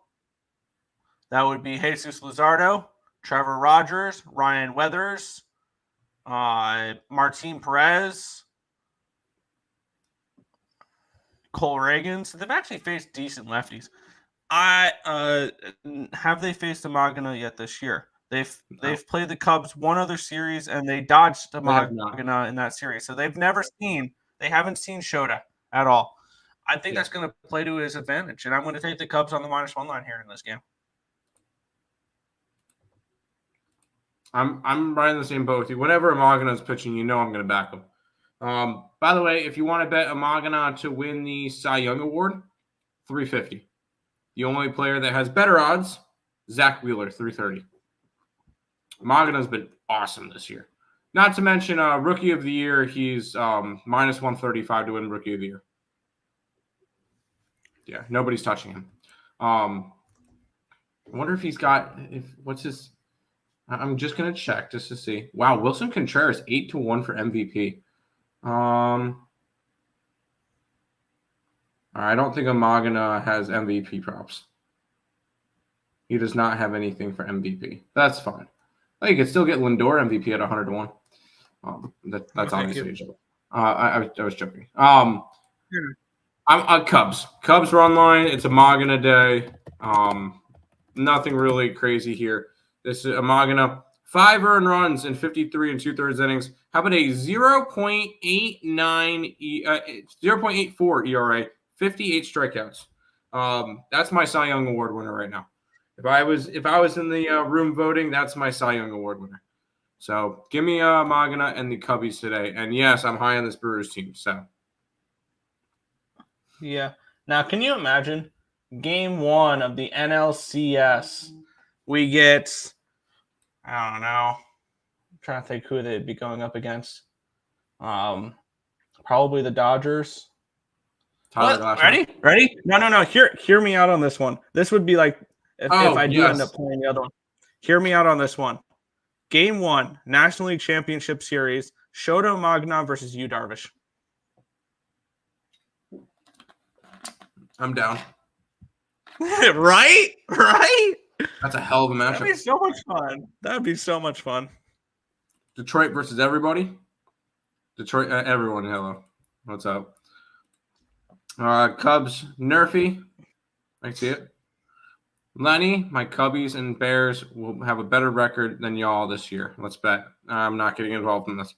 Brewers team total under first 3. Even money, I like it. We could also add okay. Ober and Kentucky Fried also for Cy Young. No. Ober. Max Fried has been much better as of late. After a really bad start, he's been phenomenal as of late. Max Fried is 20 to 1. He's not a bad look. He's going to have to be the ace of that staff. He will be. Speaking about Cy Young, Nick. We have Cole Reagan's pitching today? No. Okay. Oh, it's Seth Lugo. Okay. And Bailey Ober, your pitching matchup here. Yeah, it's Lugo. Line opened up with the Twins as -115 favorites. It's now -128. So we do have a move towards the Minnesota Twins. Line opened up at 7.5 -110. It's now 7.5 at even money. Let's take a look at the cash flow in this game here, where we have 77% of tickets and 59% of the cash is on the Minnesota Twins with the line moving towards them. So the market moving towards them makes sense. 60% of tickets and 58% of the cash on the over at the line. I believe moving towards the under in this game here. We have Seth Lugo and Bailey Ober. Lugo, 1.83 ERA, 0.82 whip, 9.96 strikeouts per nine, which is 29%. 1.57 walks per nine, a 2.14 BABIP, a 3.04 FIP, and a 2.92 Sierra. On the flip side, Bailey Ober, 4.44 ERA, 1.03 whip, 9.91 strikeouts per nine, which is 27%. 1.73 walks per nine, a 2.77 BABIP, a 3.81 FIP, and a 3.28 Sierra. For the bullpens, the edge goes towards the Twins. For hitting, it goes towards the Royals. 99 WRC plus, which is 14th, compared to 94, which is 20th. I have no interest in this game whatsoever. I think the line moving towards the Twins may be a little telling, but I mean, the 77% of tickets are on the Twins, 59% of the cash, so that moving towards them makes sense. I don't want the Twins, that being said. And if you want the Royals, I'd only look at them first 5. Just have it be Lugo versus Ober. No need to implement the bullpen for this game for the Royals if you're looking at KC in this game. But for me, it's just a stay-off spot. I want to go KC here. Lugo has been phenomenal this year. And he's just been a guy that I've been backing a bunch at least. And he's been making us a lot of money. In his last 10 starts, the Royals are 8-2 in his starts. He's allowed 14 earned runs in 72 and a third innings pitched, a 1.74 ERA, 61 strikeouts, and he's currently 6th in Cy Young voting, or not Cy Young odds, I should say. Only behind Tariq Skubal, Corbin Burns, Tanner Houck, Luis Castillo, and Cole Reagans. So he has been nothing short of phenomenal. And a guy that I just want to keep on betting. So that's what I'm going to do. Give me the Royals here on the money line. Did you say you lean that way or no? I want nothing to do with this game at all. Fair enough. But I like the Royals in this one. I won't put it up on the site. Fair. Seth Lugo has been fantastic. I'm just going to keep saying that. He has been. He's been really good. Over is a K King. There you go. Royals first 5, haven't bet them in 2 days, but today I'm feeling their first 5, 6.1 units. Good luck, dude. Over pitched horribly against Kansas City this season. Read his stats on the game to the chat. Ober has pitched horribly against Kansas City. Let's go look what he's done against Kansas City this year. He's faced them one time, and that was March 31st, so it was opening weekend. He allowed 8 earned runs on 1 walk, 9 hits, 1 strikeout, 1 1/3 innings pitched. I don't really think that's sustainable, but I don't think that's necessarily going to continue, but I could see why he got smashed. I could see it happening again. Nick, I'm ready about this game too. Yeah. Also, I was just seeing I just got an ESPN notification real quick. In the NBA, Ty Lue is becoming the next head coach of the LA Clippers. Okay. I don't hate that for the Clippers. Yeah, I just wanted to bring that out there. But let's keep on moving on here. Toronto Blue Jays and Chicago White Sox. The Blue Jays minus 160 road favorites in this game, total 8.5 in this spot. Let's take a look at the line history here between Alex Manoah and Chris Flexen. Line opened up with the Blue Jays as 165. It's now 167, a slight move towards Toronto. Line opened up at an 8.5 minus 110. It's now an 8.5 at even money. So a move towards the under and a move towards Toronto in this game. We have 88% of the tickets, 97% of the cash is on the Blue Jays, 57% of the tickets, and 60% of the cash is on the over in this game. Really not too much of markets to go off of here. Manoah, 3.97 ERA, 1.06 whip. He's been better. He got left in a little bit too long last game, though. 9.13 strikeouts per 9, which is 24%, 3.18 walks per 9, and 193 BABIP, a 5.55 FIP, and a 3.88 SIERA. On the flip side, Chris Flexen, 6.29 ERA, 1.40 whip, 8.51 strikeouts per 9, which is 22%. There we go. 2.59 walks per 9, a 324 BABIP, a 4.23 FIP, and a 4.09 SIERA. Bullpen edge going towards the White Sox. Hitting edge goes towards the Blue Jays. 114 WRC plus, which is 7th, compared to the White Sox 77, which is 29th. This should be a start that Manoah has the ability to pitch well. Should. I will lean towards the under in this game, and at the price, I mean, maybe the White Sox have some appeal at this number with Manoah on the mound. Do I want to be betting the White Sox, though? No, I'm not betting the White Sox in this game. But am I interested in betting the Blue Jays? Also, no. So it's a lean towards the under for me if I had to bet anything, because I could see both these pitchers pitching okay. But no interest for me here. He's been pitching okay. That's fine. The Toronto Blue Jays are 1-3 in his starts, and the one start he won, he had a fantastic game. But no, I still am gonna fade Manoah, and if you faded him every single game this year, you're making some money. So I'm gonna continue doing it. I'm up a little bit of money, and I'm getting a nice price to do so. I'm gonna take the White Sox here. I'm getting them at around plus 150, 155 area, and it's just a strict fade of Manoah. It's one of the few times I bet a Blue Jays game when Manoah pitches. If they're against the Marlins or if they're against the Orioles, I'll bet those games. So here we go. Manoah's pitching. Give me the White Sox here. Fair. Yes. Stay off for me. Bronny's going to stay in the NBA draft. Don't care. Jays run line. Let's make it 3 in a row. No, I'm not a believer in the Jays team. I think I'm going to have one more play throughout the entire card, and I think it's going to be that final game we'll talk about.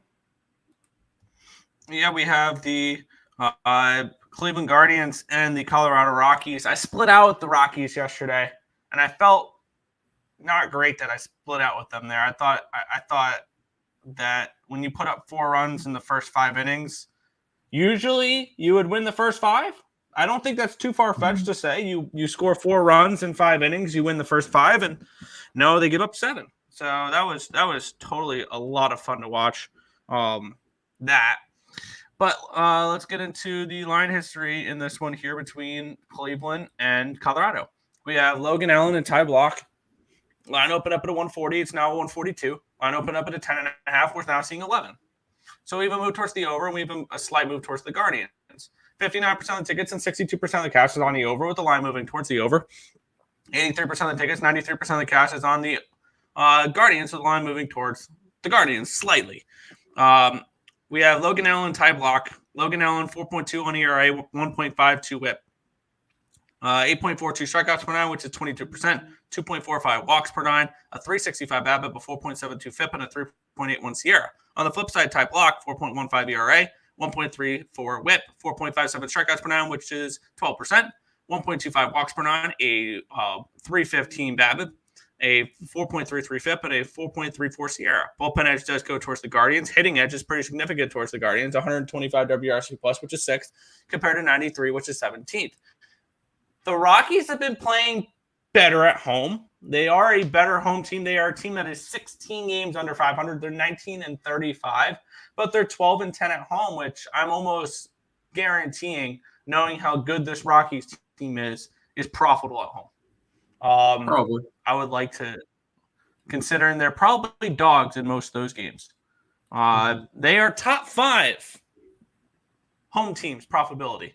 The only teams more profitable at home are the Giants, Phillies, Guardians, and Royals. Least profitable team at home this year, the LA Angels, and then the New York Mets. So kind of interesting there. But when we look at it here, I think the only thing I'm interested in is the over at 11. The Guardians have been a little bit more of an over team as of late. The Rockies always feel like an over team because their offense is mediocre, and then their bullpen is so bad that it could be 2-0 at the end of 5 innings, and you're still live for an over type of situation there. So just something to keep an eye out there for with the Rockies. I can only look over the total in this game, and I'm actually kind of interested in betting this over. I'm going to shop around and probably find an over 11 in this game. Good luck to you. I see no reason to go after this game or the following game to begin for that nature. If I'm going after anything, it's the Cleveland Guardians. This has been a Guardians team that's been red hot. They've lost 2 games in their last 16. So this has been a team that I did not expect the Guardians to be good this year. I will say that. I actually think I had Guardians under their win total and not to make the playoffs. So I was way off on them, and I'll admit that I was way off on them. And that's why I've been backing them, make a little bit more money back. I want to keep riding them. I look towards Cleveland in this game. Is it enough for me to go after it? Not right now. Maybe if we'll see how today's goes. Maybe I might add them later. Fair. I'm going to be on the over 11 here at minus 105. Okay. Stayed away from the Toronto White Sox. Fair. Clippers eyeing Ty Lue, blow that team up and get young. I agree. They should blow up that team. But let's head to this one, Nick. Yeah, a game that I was leaning towards betting, and I'm glad I didn't yesterday because I've laid a lot of juice on a loser because that team total over for the Yankees did not get there, which was my lean in that game.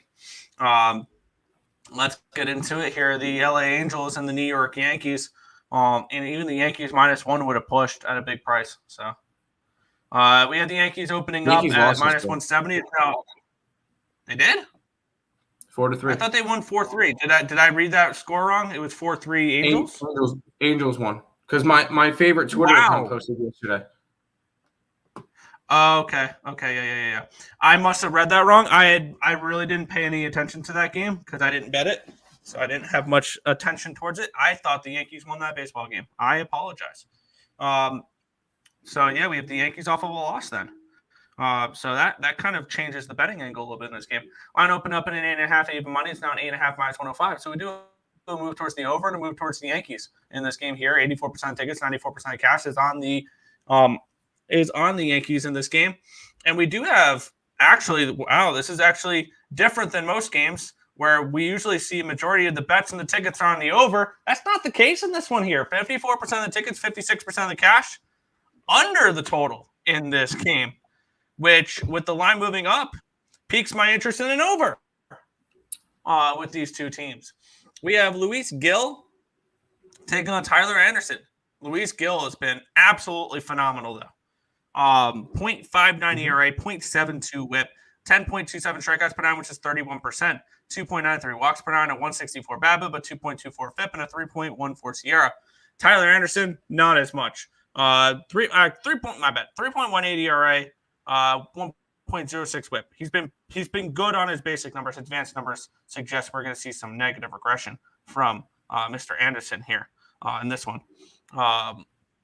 6.09 strikeouts per nine, which is 17%, 2.63 walks per nine, a 232 BABIP, a 3.8 FIP, and a 4.70 SIERA. Bullpen edge goes towards the Yankees. Hitting edge goes towards the Yankees. 111 WRC plus, which is 9th, compared to 97, which is 16th.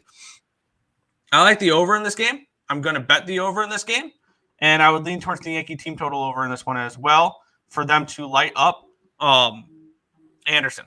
I have I have a feeling if this game goes over the total, it's going to need to be the Yankees doing the majority of the heavy lifting. I don't think that's too much of a statement there. Nope. And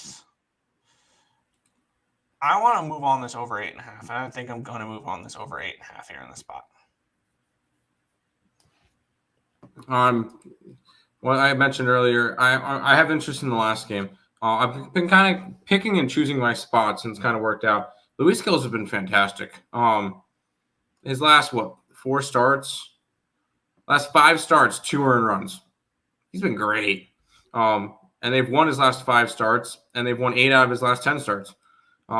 It's Yankees or nothing. But is it – I'm not laying a run line on the road with the Yankees. It's a pass. But I understand if people do want to bet the Yankees today. I think a nice way to maybe get some nice maybe get some nice plus money on this game is take the Yankees money line in the over 8.5 at plus 175. Or take alternatives on the Yankees. Yeah. Team total. I still like the under in the Yankees game. I don't know if I can see an under, though. Yankees score double digits today. I can see that. I think the Yankees can give us this over by themselves, which probably means Yankees team total over. Yanks money line and the LA team total under 1.5 first 5. Okay. Under first 5. Cubbies, yes. Yanks first 5. Team total over 3.5. That seems low. I'm sorry, that seems high. 4 runs in the first 5 innings. That's because they've been hitting. The Yankees money line and over parlay. Don't hate it. This is probably the matchup of the day, Nick, in my opinion. Yes, and I've been wrong on this matchup so far, and it's been very disappointing because it feels like all the progress that the Astros just had catching back up in this division's been evaporated in 2 games. Let's get into this matchup here. This line opened up with the Astros at even money. It's now minus 105. So we do have a move towards the Astros in this game. Line opened up at a 7 minus 115. It's now 7 minus 118. So a move towards the over and a move towards the Astros in the spot, expecting maybe the Astros put up some runs here and Kirby is vulnerable in this game. 57% of tickets, 64% of cash is on the over. The line moving towards the over definitely piques my interest in an over in this game. 26% of the tickets and 77% of the cash is on the Astros in this game. The markets love Houston in this spot in this game, which I think is interesting. And it draws my interest towards Houston here. And I could see them getting to Kirby in this spot for an over. Let's get into this matchup here, though, where maybe just the overs to play because Justin Verlander does give me some pause for backing the Astros here, which I can't remember the last time I've said I'm nervous to back the Astros because of Justin Verlander. 4.25 ERA, 1.28 WHIP, 7.28 strikeouts per nine, which is 19%, 3.03 walks per nine, a 262 BABIP, a 5.35 FIP, and a 4.91 SIERA. He's not been very good. On the flip side, George Kirby, 3.65 ERA, 0.84 WHIP, 7.54 strikeouts per nine, which is 21%, 0.73 walks per nine, a 206 BABIP, a 4.31 FIP, and a 3.56 SIERA. Bullpen edge goes towards the Astros. Hitting edge goes towards the Astros, 117 WRC plus, which is 5th, compared to 97, which is 15th. And when I looked at this matchup here, this is a low total, a 7. I could see 3-3 at any given point in this game. Justin Verlander does not give me the utmost confidence in backing an under in this game, which is something that I didn't think I would be saying a couple years ago. And George Kirby, I think, could be vulnerable in this game. And I would like to back this game over the total. So I think I might be ending the night with 3 straight overs, which I'm not an over better. You guys know that. I think the over is the most appealing bet on the card here, or most appealing bet on the game here, not on the card, on the game. I want to go back to Seattle. Although Kirby has had a little bit of a rough couple of games. He had one good game 3 starts ago against Kansas City where he allowed no earned runs in 7 innings. The other 3 out of his last 4 starts combined 14 earned runs in 17 innings. So a little bit rough there, but this is George Kirby's still a guy that I have a lot of faith in. And I want to keep backing him, and I'm going to here. Seattle at a short price when they've taken 2 games of the series already. They are the better team, in my opinion, which doesn't really say much at the moment. I do think the Astros are still going to be a good team. They had a really, really rough start. And I'm sorry, Nick, but I think Seattle takes care of business in this one.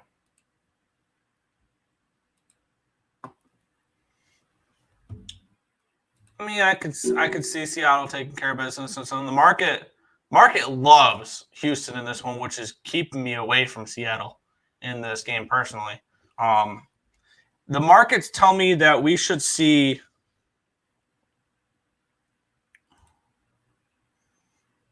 both these pitchers get hit. Okay. I'm on this over 7 at -115. I just can't. I'm not gonna. I think this could be a good bounce back spot for Kirby. That's just me. Meant 2.5. Gotcha. Verlander better on the road. Lean Astros felt that Nick's Astro analysis yesterday was extremely delusional, influenced by an attachment to a long-term thesis. But I mean, I saw your comment yesterday, and the part that you thought was the most delusional on was Hunter Brown. Hunter Brown fucking shoved yesterday. He was good. He gave up 1 run in the first inning, and that was it. So my idea behind that game was Hunter Brown was going to pitch well, and he did. What disappointed me was this offense that was number 2 in baseball versus right-handed pitching or against left-handed pitching, and we saw them do absolutely nothing yesterday. They scored a couple runs in the what was it, the 4th or the 5th, take a 2-1 lead, and that was it. So I was shocked that they didn't score runs. I wasn't shocked that Hunter Brown pitched well. Market kind of told you that as well. Rockies are the best over of the day. Yeah. Fuck, I took the over 7 last night. Kind of regret it. Parlay it with the Braves over. And then we talked puck or no? Yeah, Nick talked puck. Nick's on the Orioles again. I'm going to continue to ride out my Stars future. So there we go. That is all the games for today. Before we head on out, we'll do some recap and all that stuff. Before we do that, I will announce 6 o'clock tonight, me, Nick, and Bryant will break down all 16 regionals for the college baseball playoffs. And we will go over each and every team. We'll be going over betting odds. We'll hopefully have actual game lines by then, which I have not seen any yet, but it is Wednesday. Games start on Friday. So I expect to see them tomorrow. And with that, I will probably have a play on pretty much every single game of the college baseball playoffs. So keep that in mind. Lots and lots of action for college baseball regionals. Super exciting part of the year. Show tonight at 6 o'clock. I'll also mention we are trying to hit 4,000 subscribers by, let's say, Omaha, which is on June 14th. If you guys are not subscribed to the channel with your accounts or backup accounts or your parents' accounts or whatever, we're currently 83 subscribers away from 4,000 subscribers. So if you guys can help us out, let's jump on the let's try to get us to 4,000 subscribers. We do appreciate everybody who can help us out there. Recap time. I'm going to keep writing out my Stars feature. And then in baseball, Pittsburgh, both games. Cardinals, along with Burleson, over bases, 1, 2, and 3 plus RBIs, and a home run. I decided to do a little bit of player props. San Diego, run line. Baltimore, run line. Oakland, money line. Cubbies, run line. Royals, money line. White Sox, money line. And the Mariners, money line for me. Nick, go ahead. Yeah. Starting it off in 7 minutes. Pittsburgh Pirates first 5 plus 130.